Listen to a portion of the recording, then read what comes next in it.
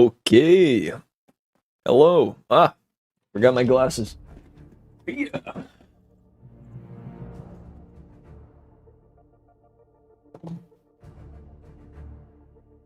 There we go. Now I'm in D&D prep mode. Shoot, hope everybody's day is going a mighty fine. We're gonna be doing the last little bit of crunch prep before the game tonight at 10. So, let's jump into things. Over here, I've been working on the Fiberspawn crash site that our heroes are hopefully going to stumble upon in the coming game. There were a couple more things that I wanted to do with this here thing.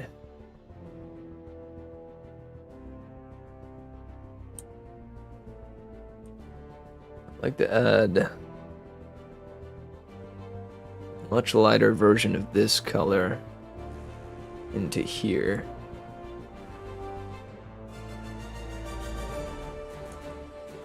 Nope, don't like that.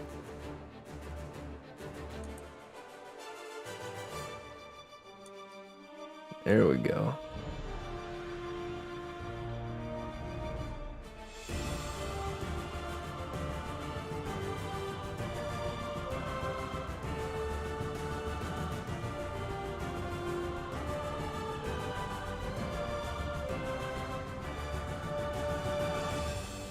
Be careful along the edges and shrink the brush down for the greater detail.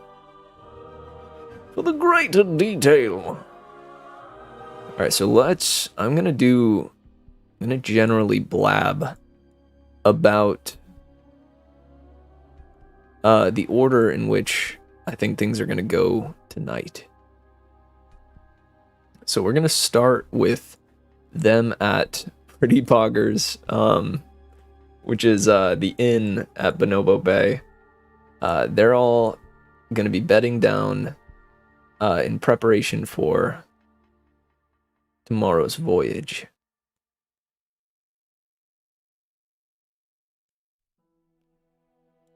From there, we're going to have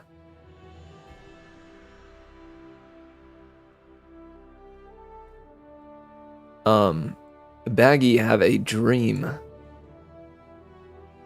about what happened with Miyuki and her dear sister.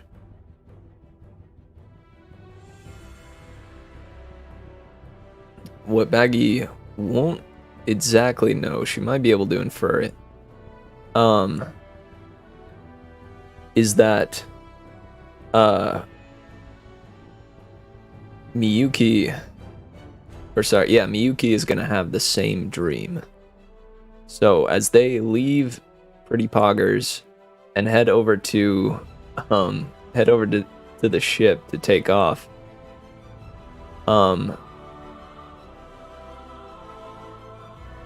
Miyuki is going to try to find them, and will stop Baggy in the middle of the street, saying, "Oi, I saw you in the train." She won't talk like that, but you get what I mean.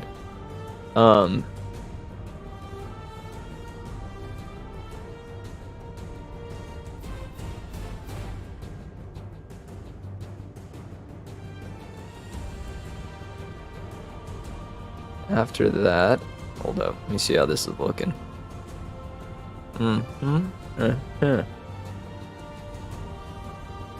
I like this a bit better.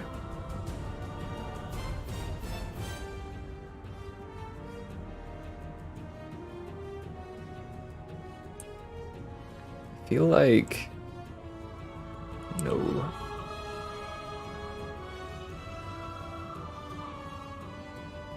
I want this red to be deeper.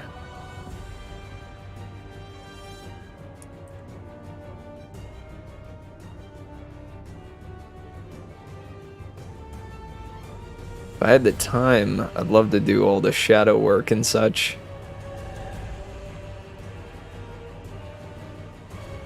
But unfortunately, there's not time for that.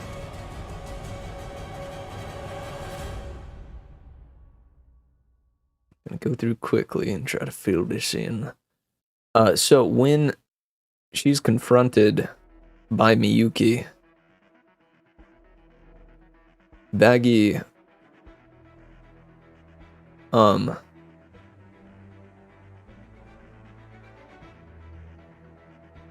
yeah, Baggy will be asked basically, do you know my sister? Like, how do you know her? Why did I see you in that dream?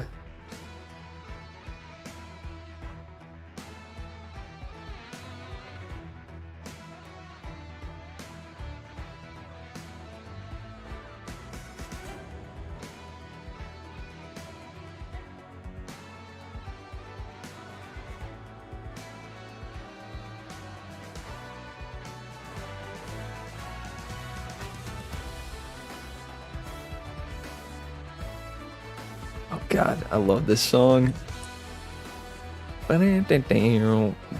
Down.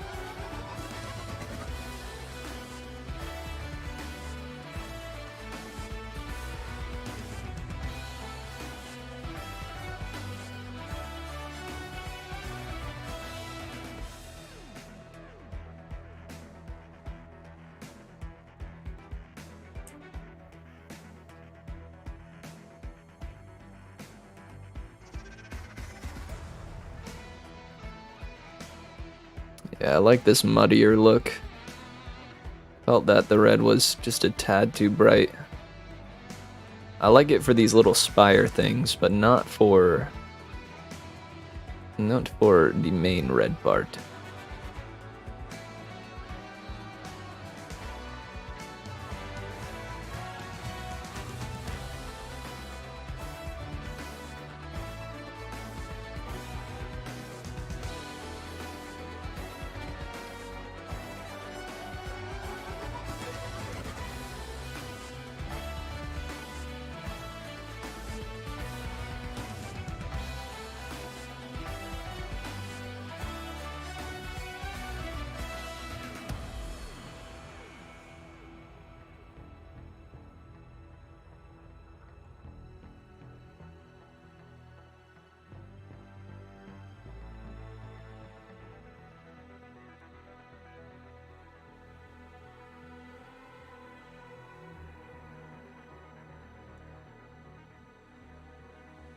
Yeah, that's better.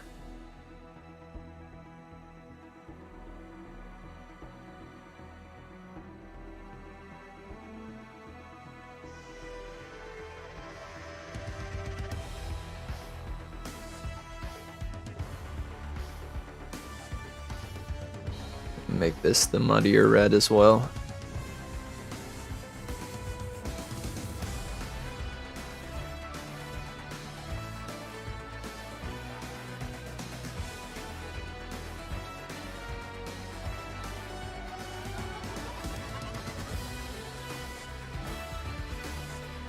Yeah, okay.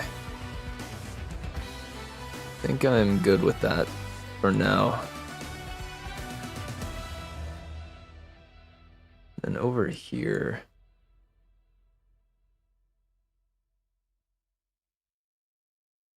I think we're just gonna need to kind of fill this in.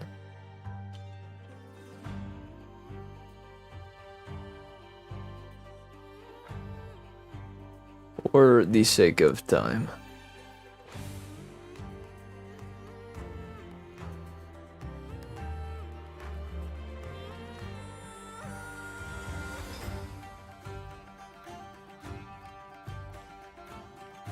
Yeah. Bingo da.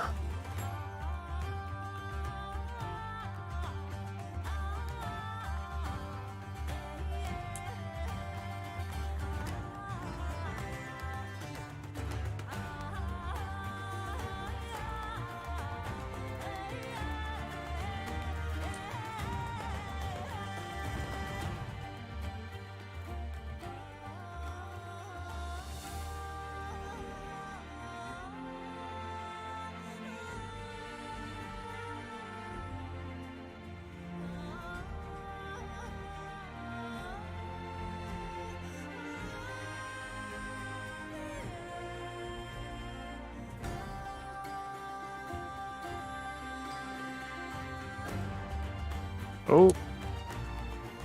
We got to switch to brush.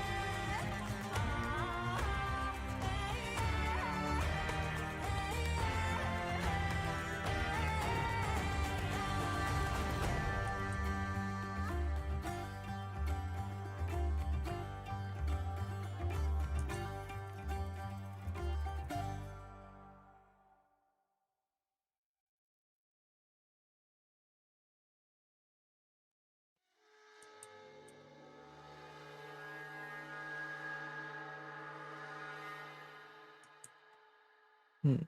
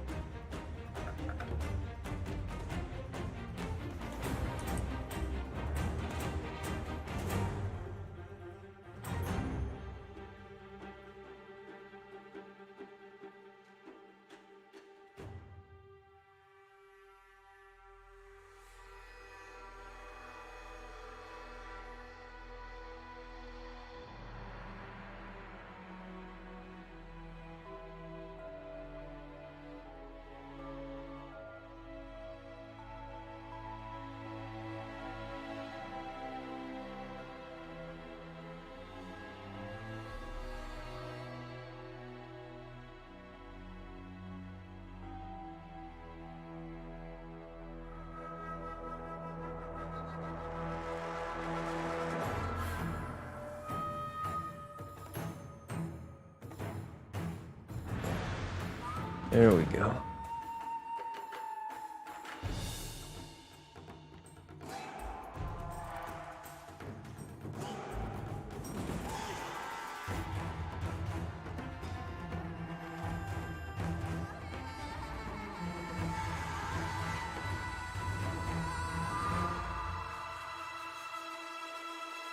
Yeah. Alright, nice. I think that will do for the time being. Let's see it as a PNG. Throw this in the battle maps. Arctic. Crashed alien ship. Oh. Crashed fiber spawn vessel.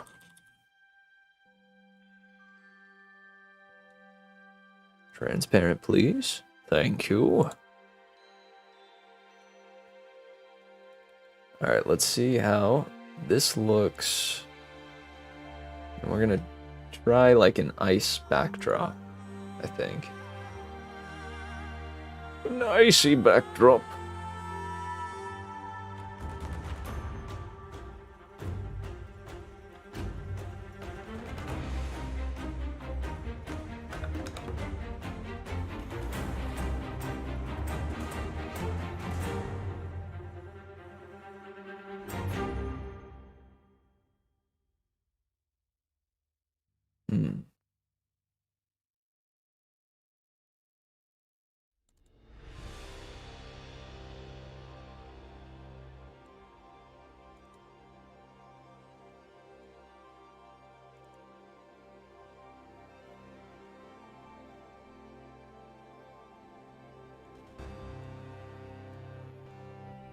Try putting that on there, and this as well. Need to give it a second. Doing okay on time. I got till 10.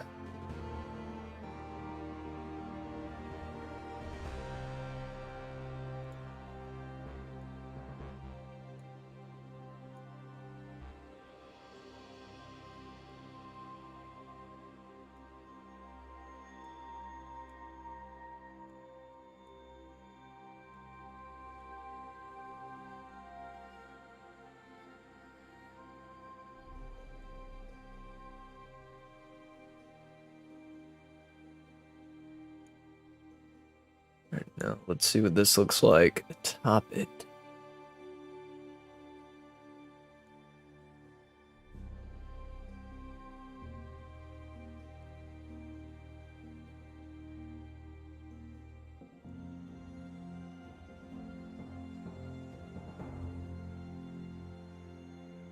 That's looking pretty good. Pretty snazzy. Alright, so we need to make it a little bit bigger though.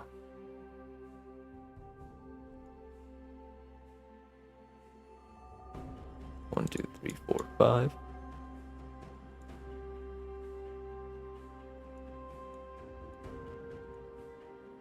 Five and five.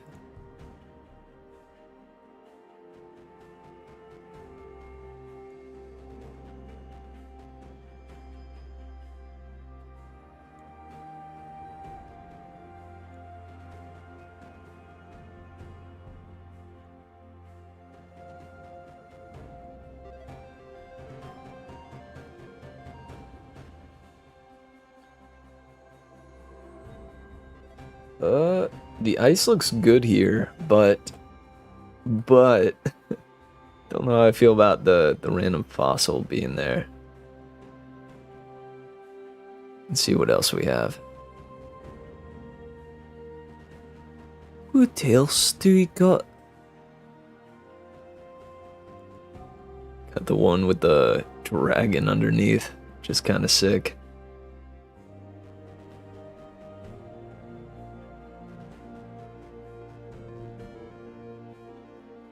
Depending on how big that image is,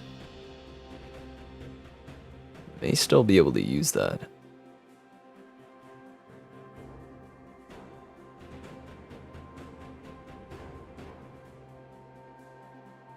I'm thinking of one that I thought I saw, that I thought I saved rather, but it looks as though I didn't. Alright, let's see about this one.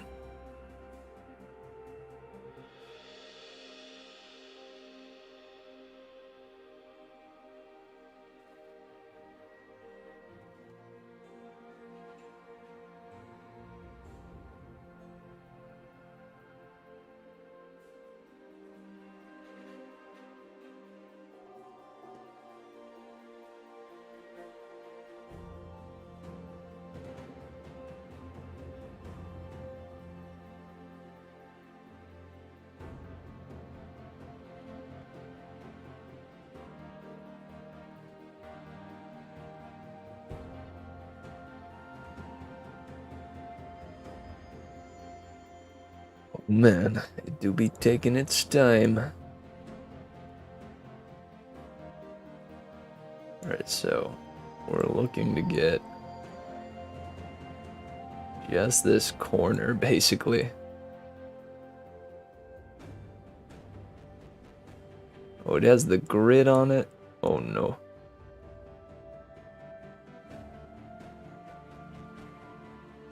It might not matter all that much.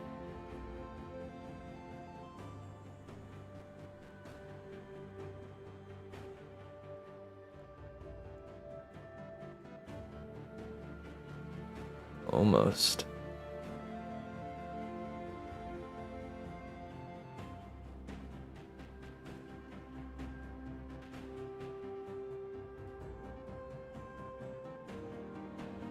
Yeah, there we go.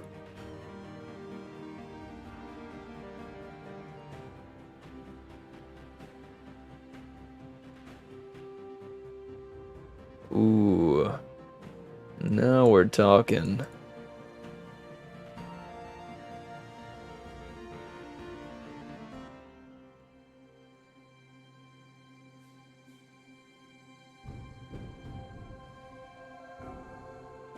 That's still not quite big enough.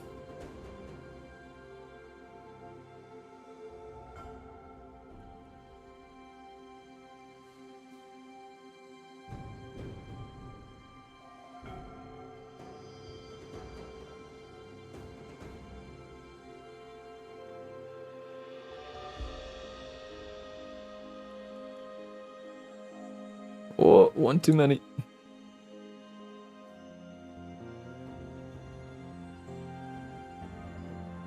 There we go. Alright, now to put this one on the map too. Whoa. No, no, no. To front, please. There we go. Yo. Yo. Yeah, this is sick.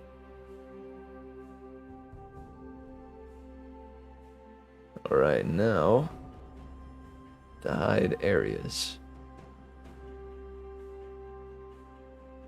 Turn Fog of War on. Reveal areas.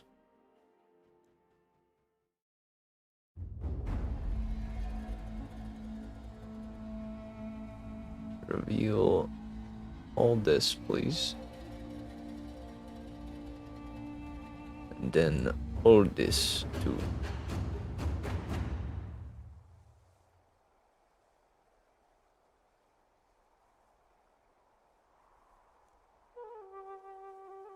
There we go. Now the inside is hidden. Success!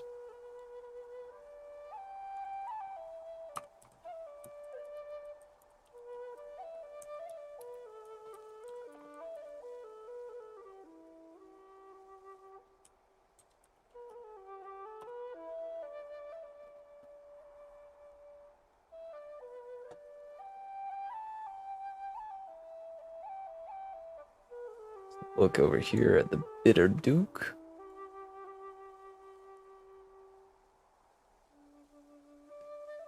Got the whole crew here.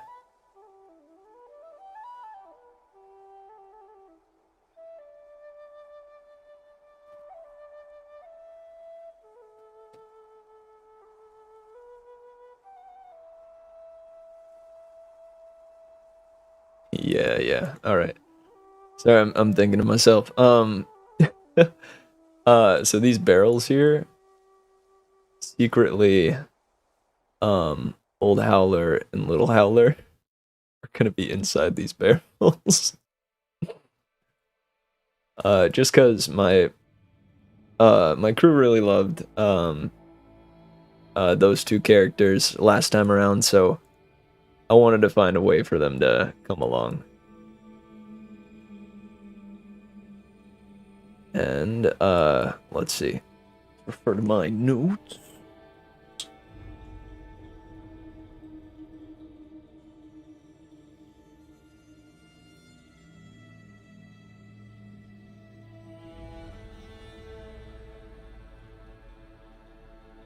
All right, so what I have written here is For what happens in their travel to Pirate Island, there will be a Pirate Island. There will be a couple of options: keeping lookout in the crow's nest, help with engine tuning and monitoring, steering the ship when the captain is sleeping, warforged maintenance, cleaning, and cooking. Group makes a collective check. If they fail it, they come across an iceberg that they'll have to plow through. Apricot says that the only way to get through it is to put the day-to-night engine into overdrive, but that'll leave the ship without power. When they do it, if Sawyer wants to try to finagle a way to conserve some power, he can try, or if anyone else has clever solutions, I'm gonna roll with that. If the core goes out, the group will need to venture out into the tundra in search of spare day-to-night. As luck would have it, there is a sunken ship not too far away that may have some day-to-night still left in its engine room. However, black splotches of webbing can be seen covering the hull. Upon success, they gain a day. The journey will take 6 days instead of 7. This is the risk they can take to get there faster. They also have the option to not make these checks and to simply follow direction and make it there in a week's time. No matter what, as Pirate Island begins to come barely into view, the Warforged malfunctions and attacks the crew. Signs of this show up a day prior, when the Warforged causes wild magic on the ship. It may not be obvious that it was caused by the Warforged, depending on the effect. How about this? I want to revise my plan. So it's going to be normal, like super chill, smooth sailing, all the way up until they can barely see Pirate Island on the horizon. From there, and I'm going to describe I'm going to have them take like some perception checks throughout the days to see if they notice stove just malfunctioning. The way it's going to work is that the day-to-night core there is directly linked to Stove's day-to-night core. It was built in, and because it's one of those things where Stove can't leave the ship. If he does, then this thing will power down the day-to-night engine.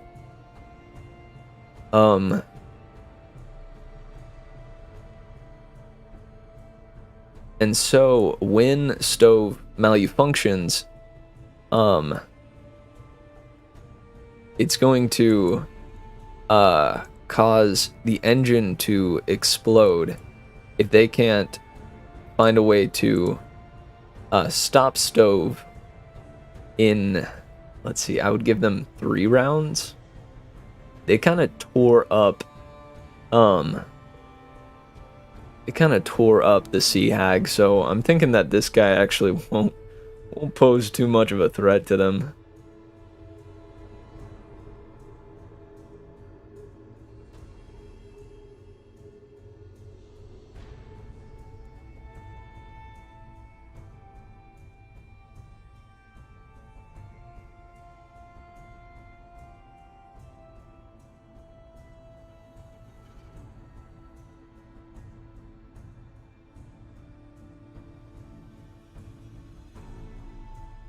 However, he does have turn up the heat. It'll be a tough fight, I think. And that'll happen on the deck of the ship here. But then we'll say after 3 rounds, that's when this thing explodes. And yeah, it kind of erupts, starts shooting like flame out the sides. Or no, better yet. Warforged malfunctions. He starts just attacking the crew.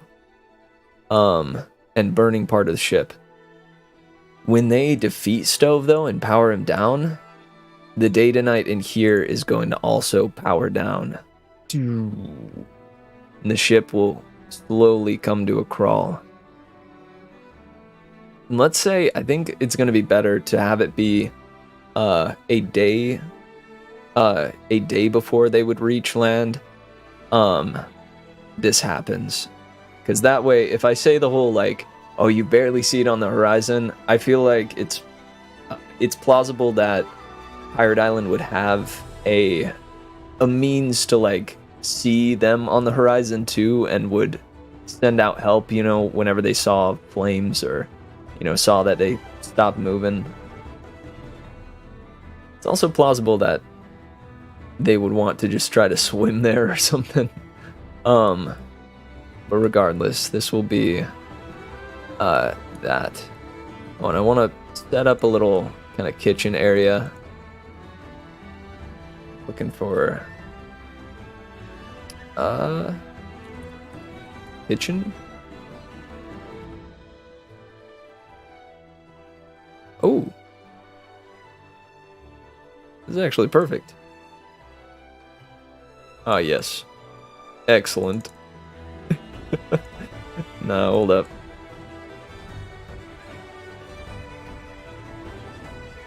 It's a little dinky looking, but this actually works quite well.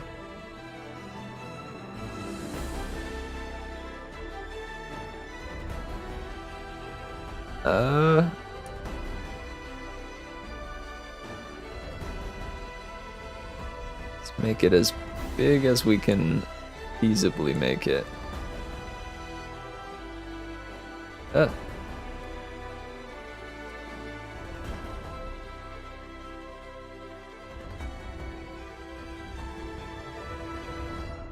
Then we're gonna move, make sure it's to front, move this to the map. There we go. Nice. See, so we have our kitchen. Anything else?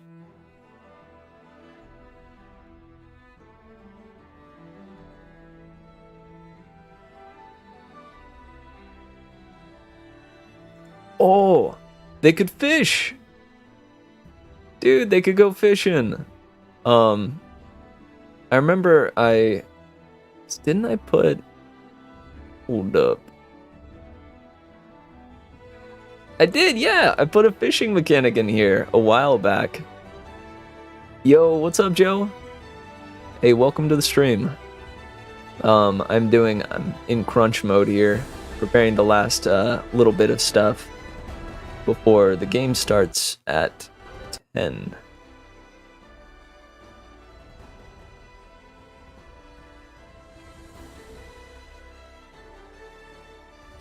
So yeah, fishing requires a survival check. To prep your line, on rare, use giant toad stats +2. And legendary, use giant shark stats +6. Catch, make... Oh, so on a rare catch, make contested strength checks to see if it is caught. Oh, okay. 2 successes or 2 fails determines the catch. Nice, alright. So roll 1d20. 1 to 10 is no encounter. 11 to 14 is common encounter.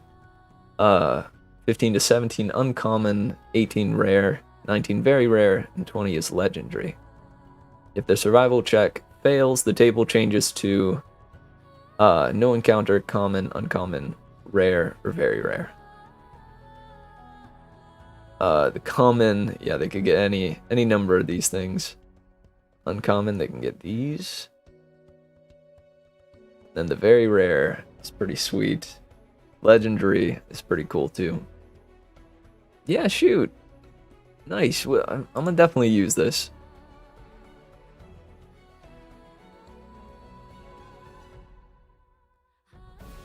The other thing is that I came up with while I was at work.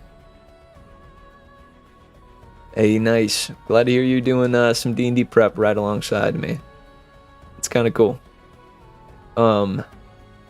Something that I thought of at work is this guy, Captain Apricot.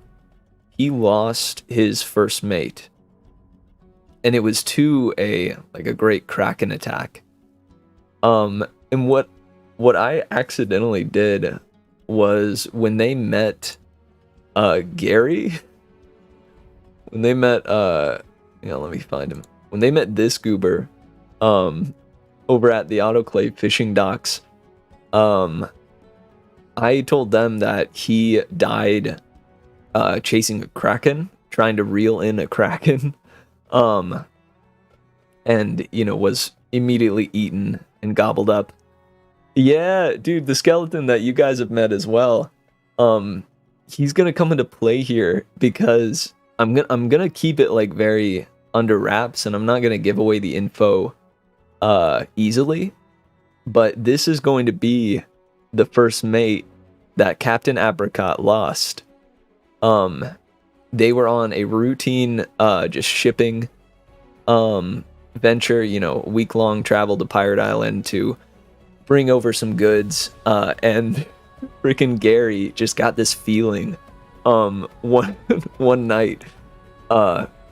He ran out in the middle of the night, got out his biggest fishing rod, launched it into the sea and let it sink for a solid hour. And once the hour passed and then the second one passed, we all thought that Gary was just crazy and trying to fish for legendary monsters in a place that doesn't have any, when suddenly the Kraken erupts and starts tearing the ship asunder. And that's why this is a new ship.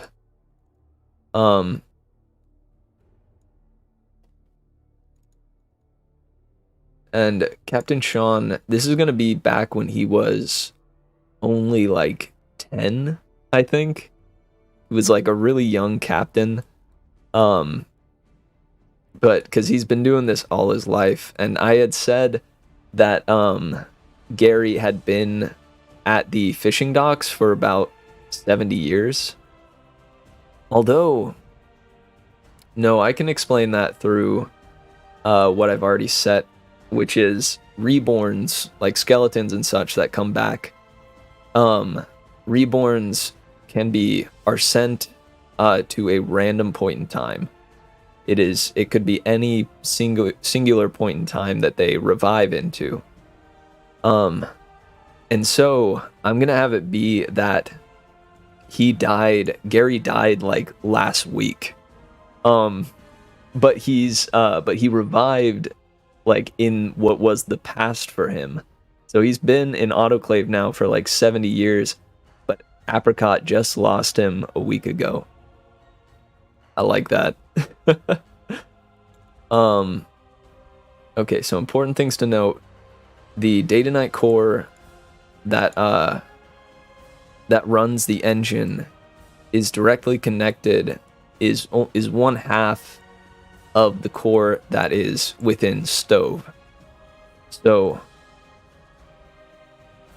yeah, that's some timey-wimey shenanigans there, but that's okay. I set that as a precedent of something that could happen, and this is just one of the screwy things that can happen with that set in stone. Okay. Something else that I need to prepare for the open seas over here. I need to delete.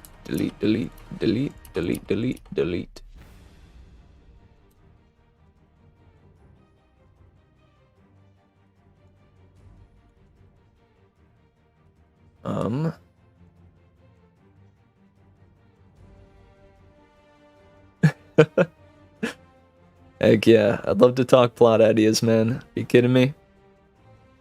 I think I'm gonna throw it in there. There's a chance if they get a legendary encounter, if they roll a 1 on the D10 table, I'm gonna have a Kraken appear. This is like, that would be crazy odds, but I will have a Kraken appear. I need her, and Miyuki.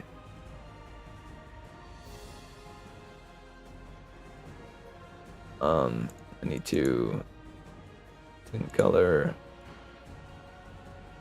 black.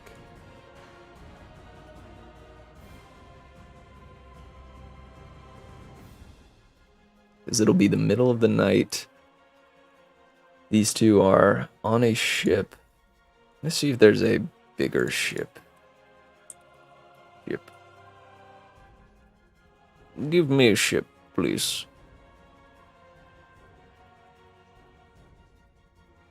These are not good ships. Ooh, actually.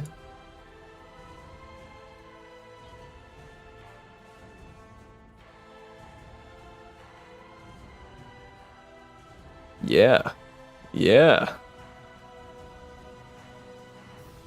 Oh, wait, hang on. Two back. Thank you.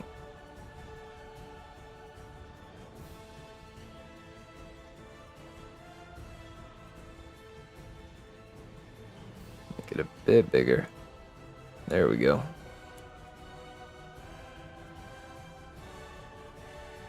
The storm will be raging.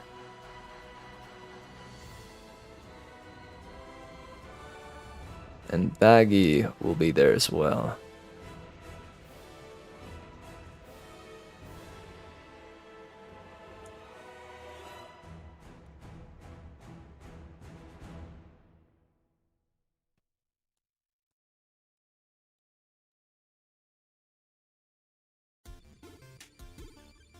Okay, something I need to clarify though.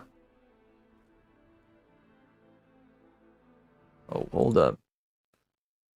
This is music in League of Legends, but I don't know if it is creator safe or not. All of these were fine, thankfully. Alright. Let's pull up foreboding. Foreboding music? Foreboding? Question mark?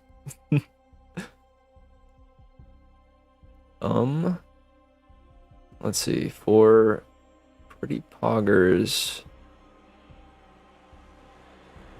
I think we're just gonna have to use, no, I don't want to do that.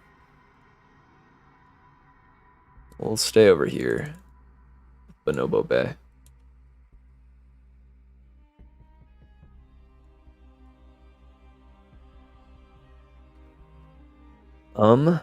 Enro's Brain Blasts. Have that to think about. Because for boating Lamau. Because something that I wanted to reveal today to Fenro is that his father joined the Mafia. And his father has done things that are unspeakable. One of which is going to be the spreading of a blight. Not far from where they used to live. I'm trying to think of what would remind him of this. You know, what would trigger this memory and cause him to see his father doing such things.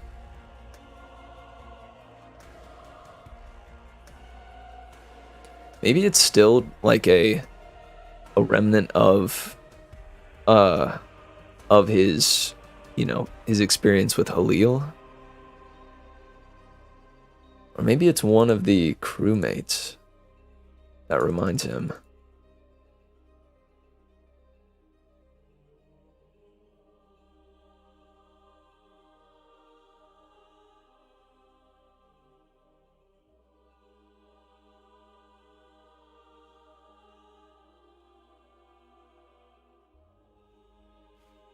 The Warforged? He may have had an experience with the Warforged of Coverlet. Because the Warforged and Coverlet are a brutal and war-focused race. Because they were created by Gore, the god of war. Gore, the god of war.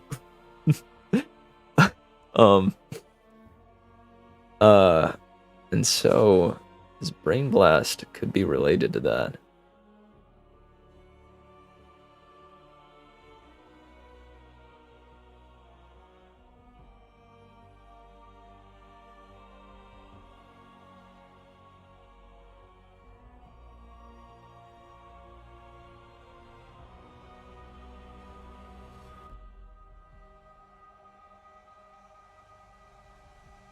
Wait, where is it?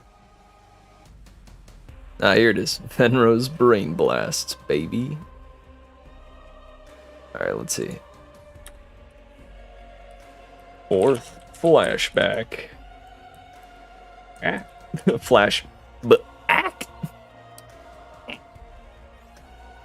This one is called Warforged. Stumbling upon father's new project.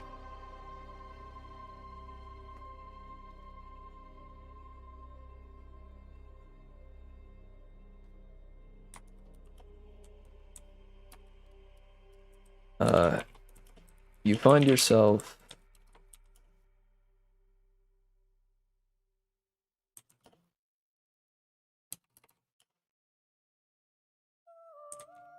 watching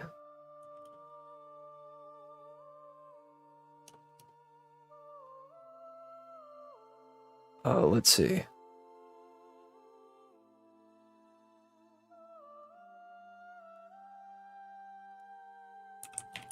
Watching two kobolds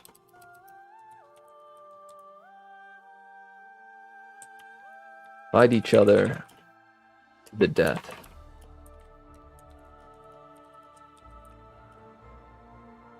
To the death in front of you.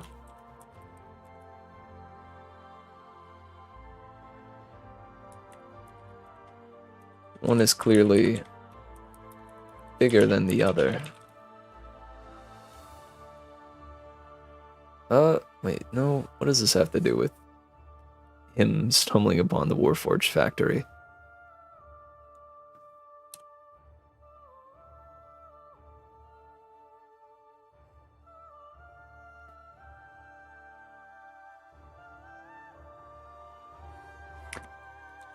It's cold underneath you. Not the bitter sting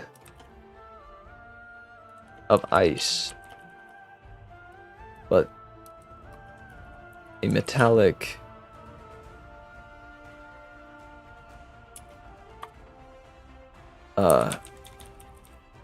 unfeeling cold that lies beneath you.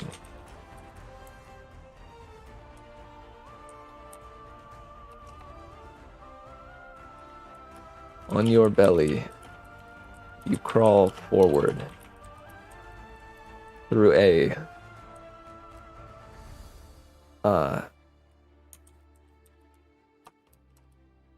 rectangular space.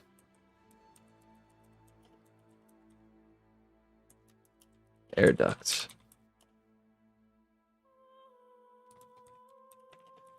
Next to you is a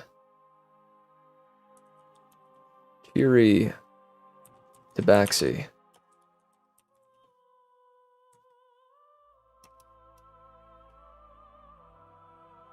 This is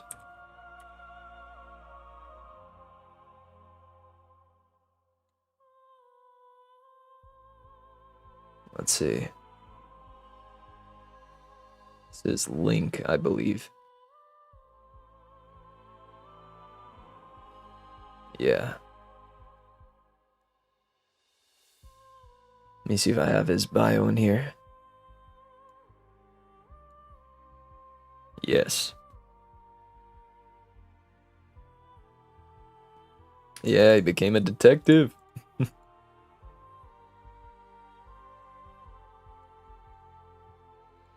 cheery tabaxi. Or actually, is a focused tabaxi.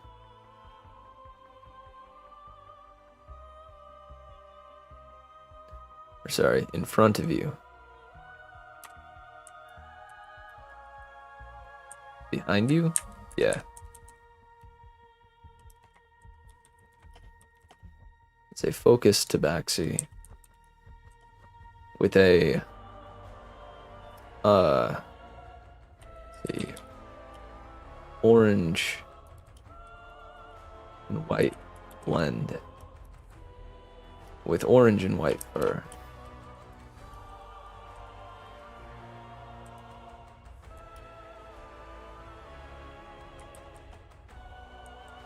He ushers you forward, saying, "I'm telling you, you gotta see this."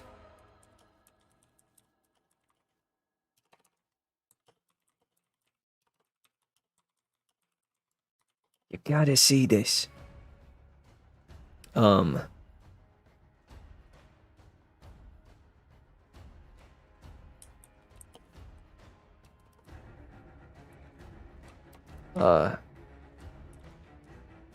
The ducts open up to a central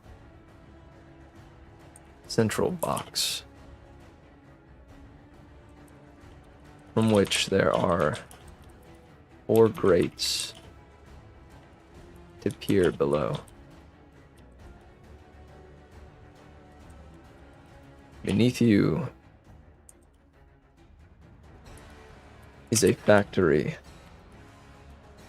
of epic proportions.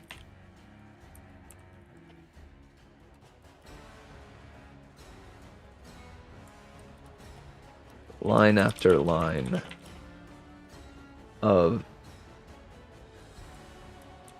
humanoid figures are assembled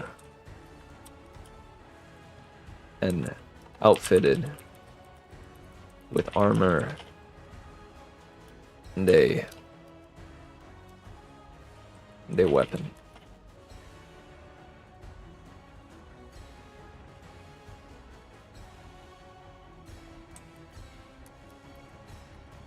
At a table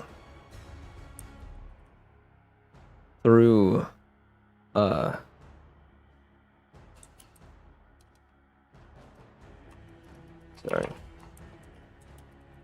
in a room surrounded by glass, you see your father.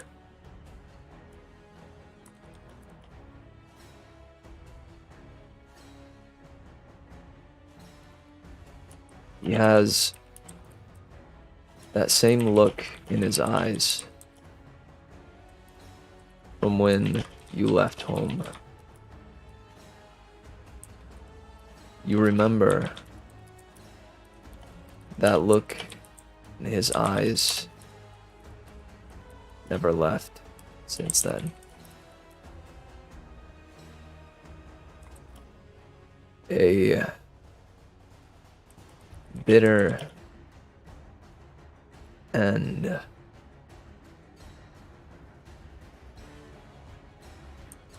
uncaring disposition that has led you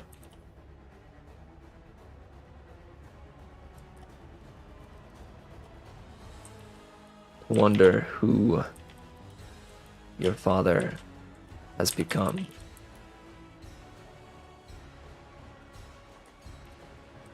You haven't seen him in a week's time. He keeps leaving for long periods, saying that he has important work that must be finished.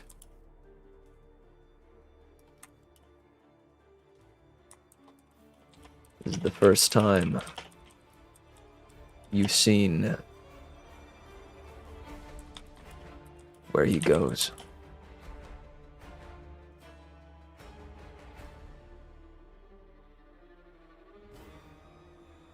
Let's see. Wisdom save to continue the flashback.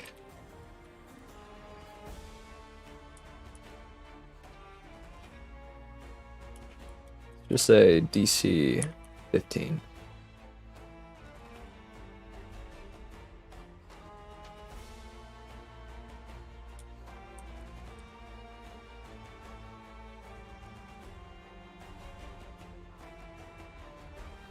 He is assembling something at his desk. Another of these humanoid figures. But this one is smaller.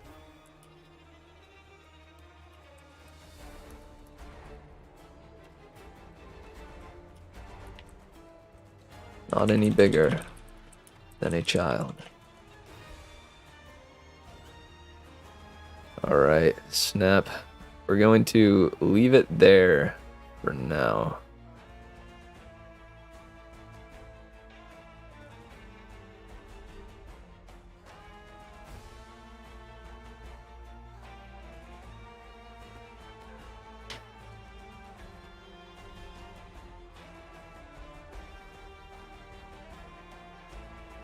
Alright.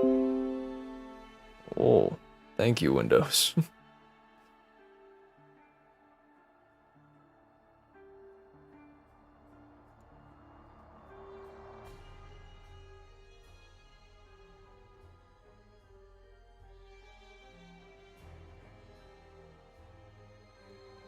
Alright, I do need to make sure I have the last time figured out.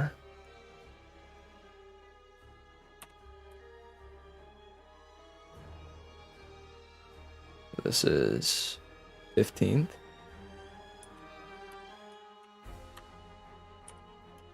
Of November. This will be session 7 recap. Making quick work of the Sea Witch. Battering her with a barrage of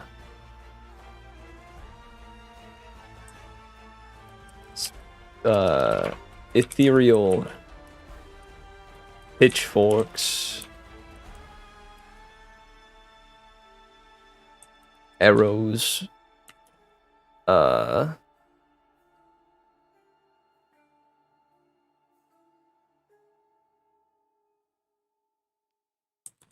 arrows and spells.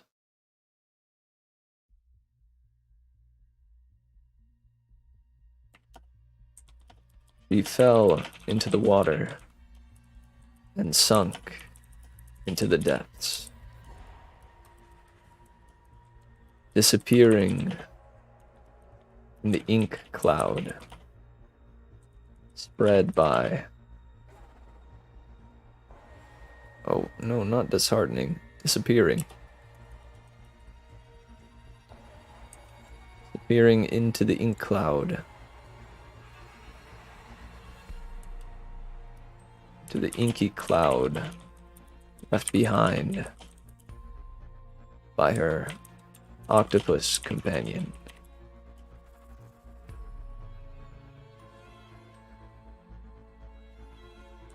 Sudsy.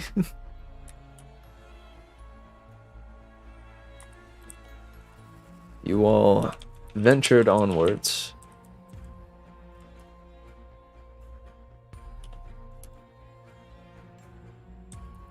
Arriving at Bonobo Bay.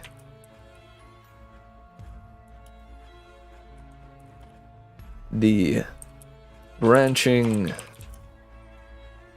and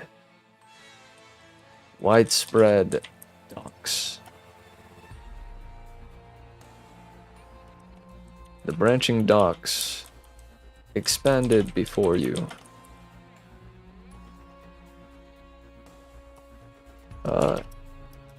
The branching docks met you with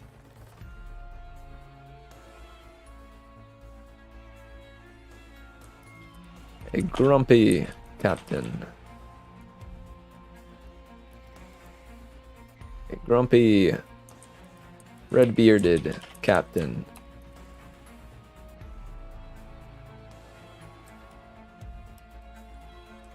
A dock bottom. A persuaded. No.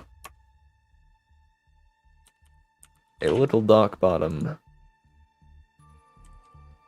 And the crew that you would be choosing from. After interviewing a lot of them,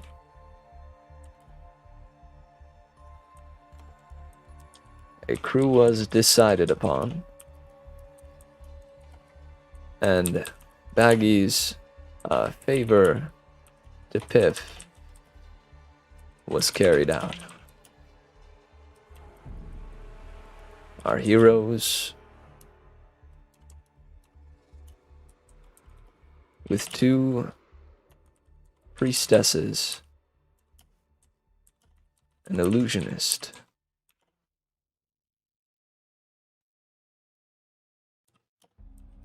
two monks,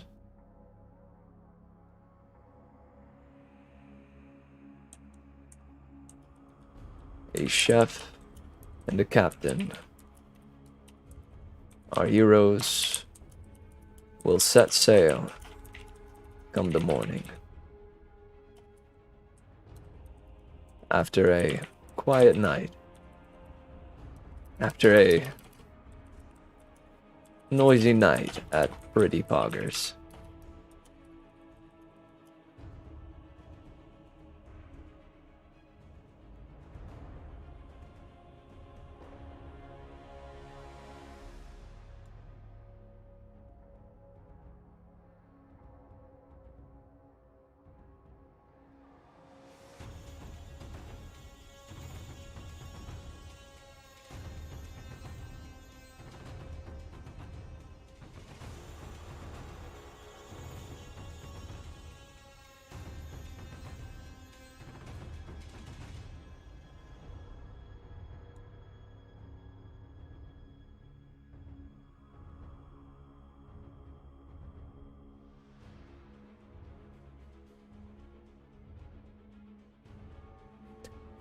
Okay. Poggers! So, it is time for me to, I think, shove off. I have about 10 minutes before the actual session begins, so I'm gonna go shake off the pre-campaign nerves and use the bathroom and make sure that I'm ready to rock and roll for my dudes. Alright, much love, and hey, wish me luck. Don't worry, I can do that. I'll put those butterflies in it. Well, no, I need them. Hang on. I need those butterflies. After all, the butterflies in the stomach simply mean anticipation, right? The butterflies will only work against you if you let them. So, I think I'll leave you with singing the little sea shanty that I came up with that I'm hoping to bring up in the session tonight. So allow me to pause the music real quick. All right, so here it is. Oh, we're woven in waves, let the seas be our graves. Left my soul by the shore, I don't need it no more. Sew me a heart, don't shred it apart once you see what's in store. Sew me a heart, I'm dead with no chart, set a course for some more. Now wave unto woe, it appears we've sunk low. If the skein be our aim, then we'll sing all the same. Sew me a heart, old Hem will outsmart and sail on evermore. Sew me a heart, now shred it apart for what happened before. Alright, guys, wish me luck, and I love you bunches. I hope to see you tomorrow for a little gaming. I think I'll probably won't need to do much D&D prep or anything like that tomorrow, so we'll jump back into some Eastward tomorrow. And I hope to see you there. Remember to take the merriment that we created tonight. Let it set you at ease as you lay your head on your pillow, and let it carry you into tomorrow. I pray that the rest does you well, and that you wake up with a smile to last the day. Farewell, until next time.